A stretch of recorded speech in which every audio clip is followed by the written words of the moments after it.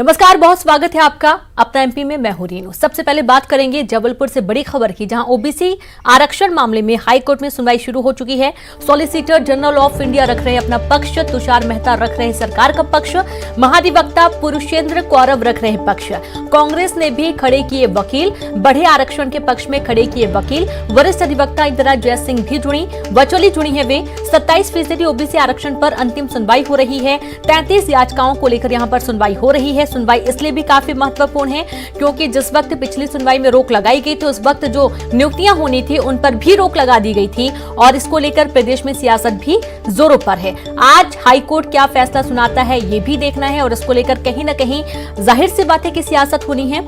27% OBC आरक्षण को लेकर पूरा मामला है, जहां पर आज हाईकोर्ट जबलपुर हाईकोर्ट में अंतिम सुनवाई हो रही है। ओबीसी आरक्षण में सॉलिसिटर जनरल ऑफ इंडिया पक्ष रख रहे हैं, तुषार मेहता सरकार का पक्ष रख रहे हैं, महाधिवक्ता पुरुषेंद्र कौरव भी अपना पक्ष रख रहे हैं। तो वहीं कांग्रेस ने भी वकील खड़े किए हैं जो कि बढ़े हुए आरक्षण के पक्ष में वकील बातचीत कर रहे हैं और वरिष्ठ अधिवक्ता इंदिरा जयसिंह भी जुड़ी हुई हैं। और सीधे रुक करेंगे हम, जबलपुर का संवाददाता प्रतीक अवस्थी जुड़ गए हैं। प्रतीक, ओबीसी आरक्षण मामले को लेकर हाईकोर्ट में सुनवाई शुरू हो चुकी है, कौन कौन खास मौजूद इस दौरान? देखिए, बिल्कुल रेनू, बढ़े हुए ओबीसी आरक्षण को लेकर के जो तमाम 33 याचिकाएं हैं उस पर सुनवाई की शुरुआत यहां पर हो चुकी है। सरकार की ओर से solicitor general of India Tushar Mehta, महाधिवक्ता पुरुषेंद्र कौरव पक्ष रख रहे हैं। वहीं पैरेलल रूप से अगर बात की जाए तो कांग्रेस ने भी इस बढ़े हुए आरक्षण के पक्ष में इंदिरा जयसिंह, जो कि वरिष्ठ और जानी मानी अधिवक्ता है, उन्हें खड़ा किया है। वो वर्चुअल मोड से जुड़ चुकी है इस वक्त और हियरिंग जो है वो चालू हो चुकी है। और जो अन्य याचिकाकर्ता है उनकी ओर से भी तमाम जो अधिवक्ता है वो यहाँ पर जुड़े हैं। कुछ फिजिकली तौर पर हाईकोर्ट में मौजूद है और कुछ वर्चुअली भी जुड़े हैं। तो बेशक क्या ये बढ़ा हुआ आरक्षण लागू रहेगा या नहीं रहेगा, या इसकी क्या वैधानिकता है, चूंकि हमने देखा था कि 1 सितंबर को मध्य प्रदेश सरकार ने एक अधिसूचना जारी कर दी थी समस्त विभागों को और स्पष्ट किया था कि जिन भी मामलों पर रोक है उसे छोड़ के तमाम नियुक्तियों पर और भर्तियों पर बढ़ा हुआ ओबीसी आरक्षण लागू किया जाए। लेकिन सरकार के इस फैसले को भी हाईकोर्ट में 3 दिन पहले चुनौती दी गई थी और सरकार से जवाब तलब कर लिया गया था। तो क्या स्थिति है, क्या बढ़ा हुआ आरक्षण लागू हो सकता है, क्या कानून पर ही रोक है, या जो भी अन्य प्रकार के हम देख रहे थे कि जो तकनीकी बातें अधिवक्तागण कर रहे हैं। तो आज आपको रोकना चाहूंगी प्रतीक, एक बार फिर से आपकी तरफ रुक करेंगे। उसके पहले मुख्यमंत्री शिवराज सिंह चौहान क्या कुछ कह रहे हैं वो भी सुनते हैं। का नाम मैंने अटल प्रगति पथ कर दिया। उसमें जो जमीन चाहिए सीएस आपके संपर्क में है, उसको जल्दी उपलब्ध कराना है। कहने का तात्पर्य है कि जल्दी चीजें हो, डिले ना होनी, हमारे कारण चीजों में देर लगे। और फिर इसके साथ कल ही हमने परसों रघुनाथ साय जी, शंकर साय जी के बलिदान दिवस पर अपने जनजातीय समाज के लिए, ट्राइबल्स भाई और बहनों के लिए आपके सामने योजना आई, राशन आपके द्वार। राशन उनके गांव में जाएगा, 1 दिन की मजदूरी मारी जाती है, वो दूध लेने जाते हैं। तो वो पूरी योजना के बारे में अभी नहीं बता रहा। सामुदायिक वन प्रबंधन के अधिकार, देवारण्य योजना, पेशा कानून की भावना के अनुरूप वनों का प्रबंधन। अभी अनूपपुर जिले में काफी अच्छा काम हुआ है, मैं एसपी अनूपपुर को बधाई दूंगा। पास पता नहीं ऋण पुस्तिका क्या क्या रख के रखी थी, उस रैकेट को जो तोड़ा है अनूपपुर जिले ने और सैडल ने भी किया। ये इंफॉर्मेशन जितनी मुझे मिल गई वो मेरे पास ही सब आनी चाहिए अच्छे लोगों की। अब ये शोषण हम नहीं होने दे सकते गरीब आदमी का भाई। थोड़ा सा पैसा ऊंचे ब्याज की दरों पर दे दिया और ब्याज वसूले जा रहे हैं। उनके सारे ऐसे पेपर्स रख लिए जिनसे उनको योजनाओं का लाभ मिलता है। ये बिल्कुल सहन नहीं होगा। ये चाहे जनजाति हो या बाकी गरीब भी हो, जनजाति के लिए तो कानून बना ही दिया हम लोगों ने। और कहा सिकल सेल एनीमिया से बचाओ का अभियान चलाने का फैसला किया है। शिक्षा में गुणवत्ता का विषय, कौशल विकास, जनजातीय क्षेत्रों में बैकलॉग के पदों पर भर्ती हो या मछली मुर्गी बकरी पालन हो, सेल्फ हेल्प ग्रुप हो, एक नहीं अनेकों चीजें। आज मैं अभी केवल उल्लेख कर रहा हूं, उन पर भी हमको ध्यान देना है। एक एक योजना पर हम चर्चा करेंगे, लेकिन अब पूरी तरह से फुल फॉर्म में हमको आना है। 27 तारीख में फिर कह रहा हूं, वैक्सीनेशन का महाअभियान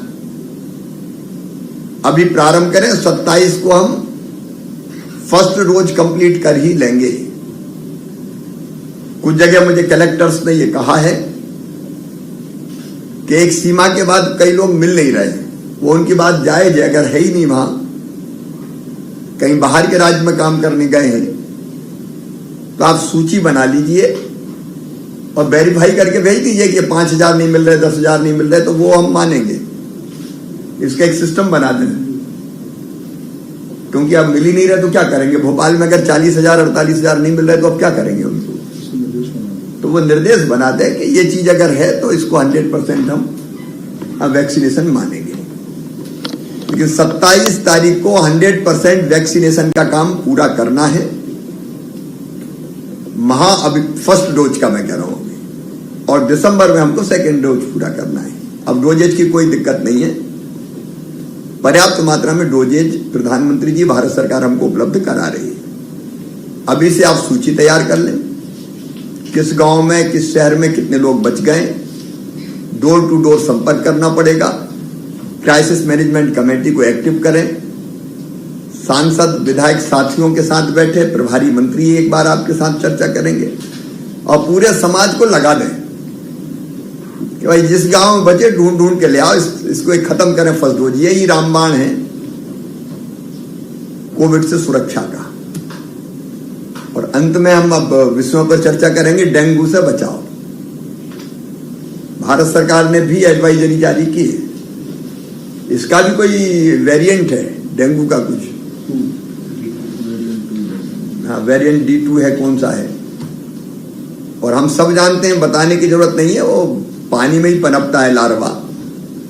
ये अभियान हमको चलाना पड़ेगा। जिला प्रशासन को यहां से हेल्थ मेडिकल एजुकेशन कोऑर्डिनेट करें, क्योंकि प्लेटलेट्स कम होते हैं तो जिंदगी पे बनाती है। अब प्लेटलेट्स के किट्स और बाकी चीजें, एक तरफ दवाइयों का इंतजाम, दूसरी तरफ लार्वा को खत्म करने का अभियान। उसके लिए गड्ढों में दवाई डालना हो, मछली डालना हो, फॉगिंग करना हो। हम बीमारी को फैलने नहीं दे सकते, इसलिए उसमें भी जुटना है। एक बार अच्छे काम के लिए बधाई देते हुए और फिर ये कहते हुए कि पूरी तरह से गड़बड़ को समाप्त करके चैन की सांस लेना अगर कहीं है तो। जैसे कल मैं फिर पंडाना जन दर्शन के कार्यक्रम को भी करूंगा, तो अब ये चीजें कहीं मिली तो ठीक नहीं होगा। हमारे पास समय है, हम समय सीमा में करप्शन के मामले में जीरो टॉलरेंस हमारी नीति है। गड़बड़ करने वाले को क्रश कर दें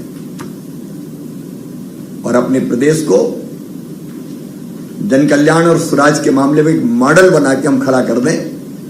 मैं समझता हूं कि गवर्नेंस के 20 साल पूरे करने पे का उपयोग प्रधानमंत्री जी का हम इस रूप में करें कि हम स्वराज कैसे देंगे। आगे चर्चा एक एक विषय की अभी CS प्रारंभ करेंगे। मैं बीच बीच में बोलूंगा।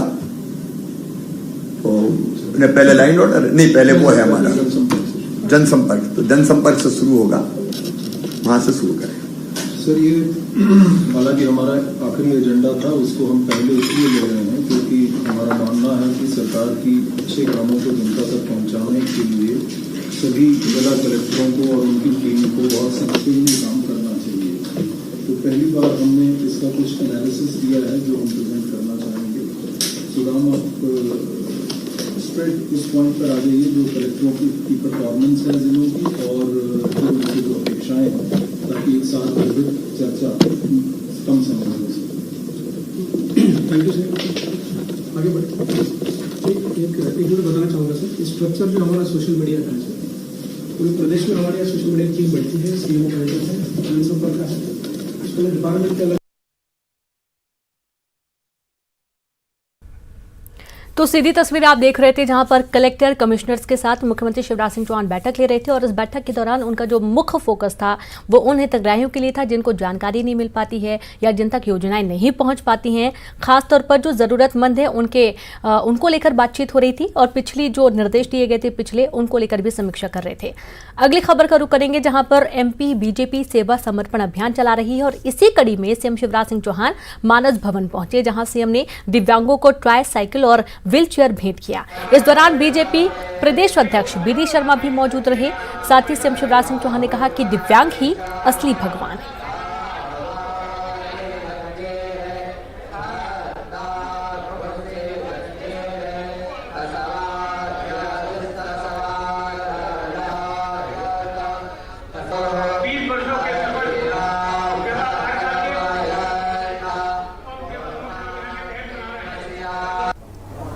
अरे कोई तो थे मोदी जी जिन्होंने कहा कि विकलांग नहीं ये दिव्यांग है, दिव्यांग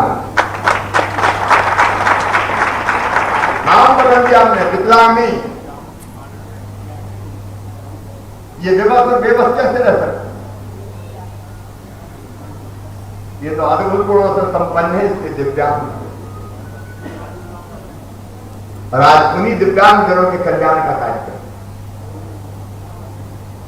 सबसे पीछे और नीचे रह गए मेरे बहन और भाइयों, चिंता मत करना। भारतीय जनता पार्टी आपके साथ खड़ी है, प्रदेश की भारतीय जनता पार्टी की सरकार आपके साथ खड़ी है, प्रधानमंत्री श्रीमान नरेंद्र मोदी आपके साथ खड़े हैं। कल्याणकारी योजना का लाभ देंगे गरीबों को, आम जन को, गुड गवर्नेंस सुराग देंगे जनता को। और एक तरफ पार्टी ने अभियान चलाया, संसाधन इकट्ठा करके भी हम गरीबों की सेवा ये काम में लगेंगे। सतना के रगांव में बीजेपी की बैठक शुरू हो गई है तो वहीं जिसमें प्रदेश बीजेपी प्रभारी पी मुरलीधर राव शामिल हुए। हालांकि प्रदेश सह संगठन महामंत्री हितानंद शर्मा और प्रदेश अध्यक्ष बीडी शर्मा शामिल नहीं हुए। दरअसल प्रदेश प्रभारी आज 3 अलग अलग जगहों पर बैठक ले रहे हैं और पहली बैठक में जिला संगठन के पदाधिकारी वर्तमान जनप्रतिनिधि और पूर्व जनप्रतिनिधियों के साथ कर रहे हैं। वहीं रगांव क्षेत्र के सभी बूथ प्रभारियों की भी मीटिंग ले रहे हैं जिसमें पार्टी कार्यकर्ताओं के साथ हर बूथ फतेह को लेकर रणनीति बनेगी। और ज्यादा जानकारी के साथ संवाददाता शिवेंद्र जुड़ गए। शिवेंद्र, रगांव के रण के लिए बीजेपी की बड़ी बैठक हो रही है, पूरी जानकारी। देखिए, मैं आपको बता दूं कि ये अहम बैठक है जो कि शुरू हो चुकी है। हालांकि जो प्रदेश अध्यक्ष हैं बीडी शर्मा और जो एक और थे हिरेनाथ शर्मा वो नहीं है, लेकिन पी मुरलीधर राव बैठक में मौजूद है और वो अभी वर्तमान में जो चुने हुए जनप्रतिनिधि हैं, पूर्व जनप्रतिनिधि हैं और जो जिला भाजपा के कार्यकारिणी सदस्य हैं उनके साथ अहम बैठक कर रहे हैं। और इसके बाद 1 घंटे बाद ये एक और बैठक में शामिल होंगे जो सिटी पार्क में आयोजित है। वहां पे रगांव विधानसभा क्षेत्र के 208 जो बूथ हैं उनके सभी अध्यक्षों के साथ बैठक करेंगे और हर बूथ को फतेह करने की रणनीति पर चर्चा होगी।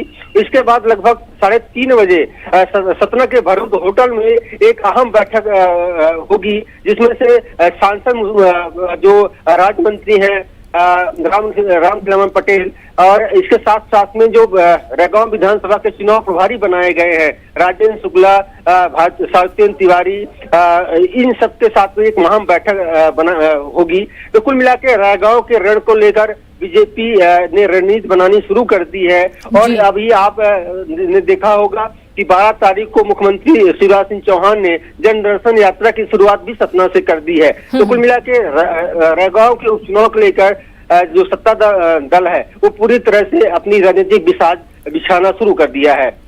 जी बिल्कुल, बहुत शुक्रिया आपका शिवेंद्र तमाम जानकारी के लिए। तो राजनीतिक बिसात बिछाना शुरू कर दिया, शहर मात का खेल शुरू हो चुका है। रगांव के रण के लिए बड़ी बैठक हो रही है, हर बूथ फतेह करने की रणनीति इस दौरान बनाई जा रही है। संघ प्रमुख मोहन भागवत कल से 2 दिन के दौरे पर इंदौर में रहेंगे, सत्ता और संगठन का फीडबैक लेंगे। बताया जा रहा है कि इस दौरान वे संघ के कार्यों की समीक्षा करेंगे। भागवत आरएसएस के अनुषांगिक संगठनों के प्रतिनिधियों और युवा उद्यमियों से भी मुलाकात करेंगे।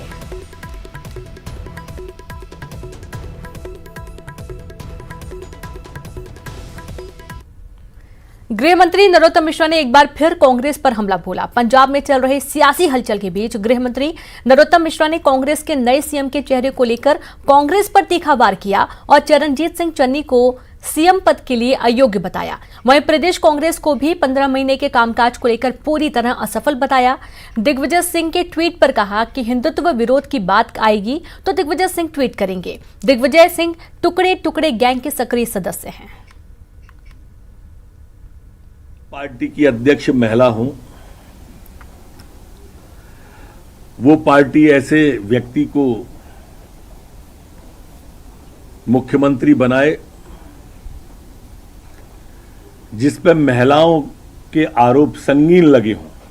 एक अधिकारी ने आरोप लगाया हो, वहां की महिला आयोग की अध्यक्ष ने कार्रवाई की मांग करी हो, उस व्यक्ति को मुख्यमंत्री बना दिया। अनुसूचित जाति के और लोग भी तो थे। ऐसे व्यक्ति को क्यों बनाया जाए जो चवन्नी उछाल के फैसले करेगा? चन्नी चवन्नी उछालने के मामले में बहुत फेमस रहे हैं और इसलिए मैं मानता हूं कि इस तरह के व्यक्ति जिस पर महिलाओं के आरोप हों, अमरिंदर सिंह जी ने आरोप लगाया था। अच्छा, ये बिल्कुल नहीं कहते कि 15 महीने में बेटियां हमारी सर मुड़वा रही थी, उस समय इनने क्यों नहीं किया? वो करते तो बोलने का हक रहता। अब ऐसे विषय उठा रहे हैं जिन विषय में वो खुद रंगे पुते हैं, अपनी अकर्मण्यता छुपाने के लिए दूसरे को कहना ये अच्छा नहीं है। जब हम किसी पे एक उंगली उठाते हैं तो 3 हमारे ऊपर उठती हैं। और यहां पर वक्त एक ब्रेक का है, हम जल्द हाजिर होंगे।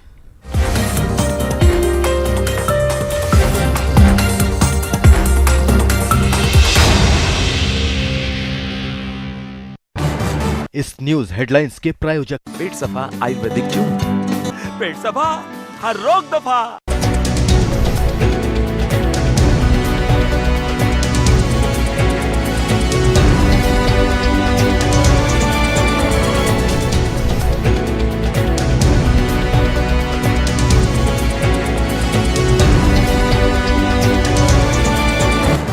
इस न्यूज हेडलाइंस के प्रायोजक पेट सफा आयुर्वेदिक चूर्ण। पेट सफा, हर रोग दफा। तो को लेकर होने वाले प्रदर्शन में होंगे शामिल। भिंड में तालाब में डूबने से 4 बच्चों की मौत। गणेश विसर्जन के बाद नहाने के दौरान हुआ हादसा। सतना के जूरा गांव में तालाब में डूबने से 3 बच्चों की मौत, जबकि 2 बच्चों को स्थानीय लोगों ने निकाला सुरक्षित। 3 शवों का मैहर सिविल अस्पताल में हुआ पोस्टमार्टम।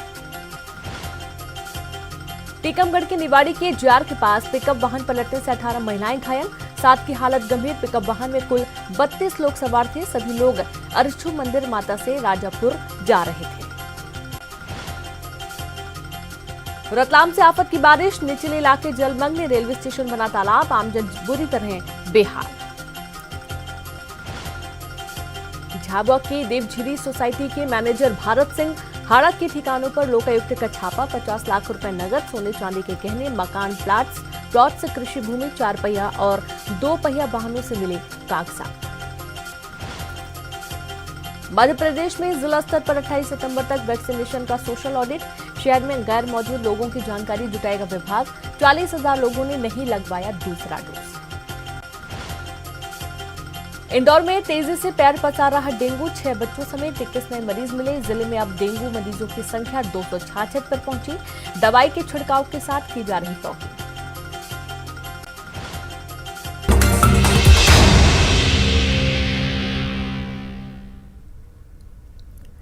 ब्रेक के बाद एक बार फिर से आप सभी का स्वागत है। ग्वालियर से बड़ी खबर, जहां बिरला अस्पताल में जीएम पर मामला दर्ज हुआ। बिल में हेराफेरी करने का पूरा मामला है, जहां गोला का मंदिर थाना में शिकायत दर्ज हुई। उपभोक्ता फोरम के जज की पत्नी की मौत हुई थी। 19 अप्रैल को हुई थी मौत। रेमडेसिविर लगाए बिना बिल जोड़ दिया गया था और इस पूरे मामले की जब जांच हुई तो पता चला कि बिना इंजेक्शन लगाए बिल जोड़ दिया गया है। और पूरे मामले की जब जांच हुई उसके बाद जो एमजीएम है, बिरला अस्पताल के जीएम है, माफ कीजिएगा जीएम, उन पर मामला दर्ज हुआ है। बिल में हेराफेरी करने का मामला है। गोला का मंदिर थाना क्षेत्र में शिकायत की गई थी। उपभोक्ता फोरम के जज की पत्नी की मौत हुई थी। 19 अप्रैल को मौत हुई थी। बिना इंजेक्शन लगाए ही बिल जोड़ दिया गया था और इस पूरे मामले की जांच के बाद अस्पताल के जीएम के खिलाफ मामला दर्ज हुआ।